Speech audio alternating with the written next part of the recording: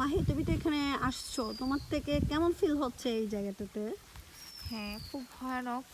আসলে প্লেসটা অনেক ভয় লাগতেছে। তারপরও সব আছি দেখতে আর কি। পারতেছেন, সব তাল গাছ, জায়গায় কিন্তু তাল তাল গাছ, গাছ। আপনার বাঁশ গাছ। এখানে কিছুদিন আগে একটা ছেলে সুইসাইড করেছিল। সবাই বলে এখানে তার আত্মাটা মুভ করে। এই তো দেখতে পারতেছেন, ঠিক এই জায়গায় মুভ করে। সন্ধ্যার পর থেকে কিন্তু ছেলেটাকে দেখা যায়, মাঝে মাঝে আসে। আমিও দেখেছিলাম গত রাতে।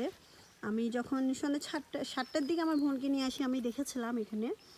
তো এখন ওকে রাতের বেলা সে যাচ্ছে, ভয় পাচ্ছিল, তাকে দিনের বেলায় আনছি। দিনের বেলায় নাকি তার খুব, হ্যাঁ বলো, তোমারটা বলো তুমি। হ্যাঁ, কিরকম লাগতেছে তোমাকে এখানে? লাগতেছে এখানে জায়গাটা আমার আসলে মনে হচ্ছে না অন্যরকম। যেন আমাদের পেছনে কেউ কেউ আছে। আছে এমন লাগতেছে, যেমন হচ্ছে আমাদেরকে কেউ দেখতেছে।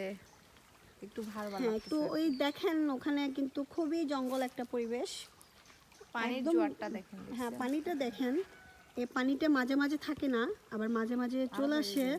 আবার মাঝে মাঝে বেড়ে যায়, মাঝে মাঝে কমে যায় পানিটা। দেখেন আপনারা, খুব একটা পরিবেশ। এই কবরটা হচ্ছে এখানেই, ঠিক এখানেই হচ্ছে কবরটা, ছেলেটার কবর। বেসিক্যালি আমি অবশ্যই দেখেছি কালকে তাকে। ভয় পাই নাই, কারণ আমি এরকম হন্টেড জায়গায় যাওয়ার আমার একটা অভ্যাস আছে। আপনি দেখতে পাচ্ছেন, খুব ভৌতিক একটা জায়গা। গা চমচম করতেছে এখানে আসার পর থেকে।